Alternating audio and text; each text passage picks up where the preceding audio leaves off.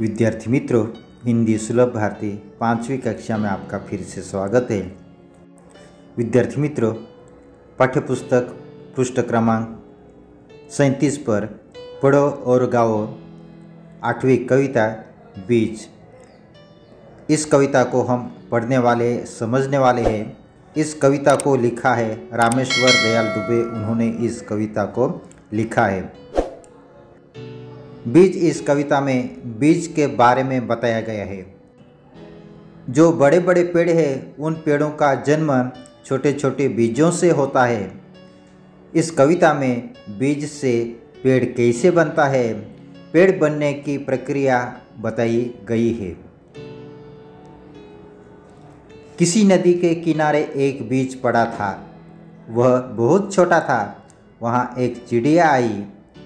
वह चोंच मारकर बीज को खाने लगी। तब बीज बोला, रुकी रहो, जमीन में गड़ने दो, डाल पात होने दो, तब मुझे तुम खाना। बीज चिड़िया को कहता है कि रुको रुको, अभी मुझे मत खाओ, जमीन में मुझे गड़ने दो, डाल पात पत्ते होने दो, फिर तुम मुझे खाना। चिड़िया ची ची करती उड़ गई।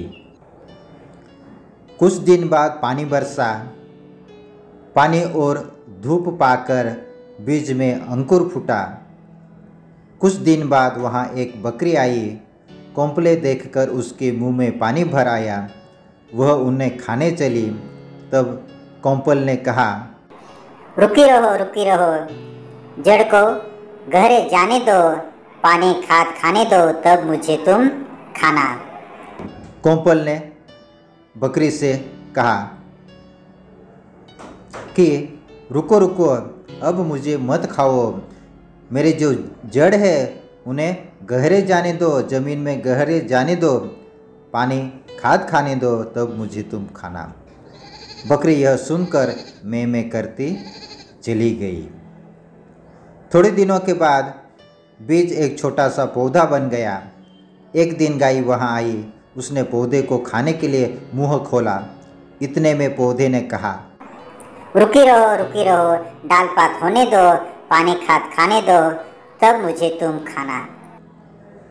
गाय को छोटा पौधा कहता है कि रुको, अभी मुझे तुम मत खाओ, डाल पात होने दो, पानी खाद खाने दो, तब मुझे तुम खाना।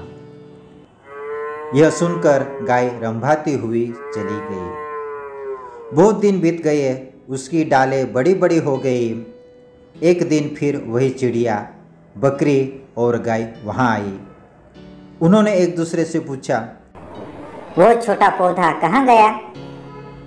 तभी पेड़ बोल उठा, मैं ही बीज हूँ, मैं ही अंकुर हूँ, मैं ही पौधा हूँ, मैं ही पेड़ हूँ, अब मैं तुम सबके काम आ सकता हूँ।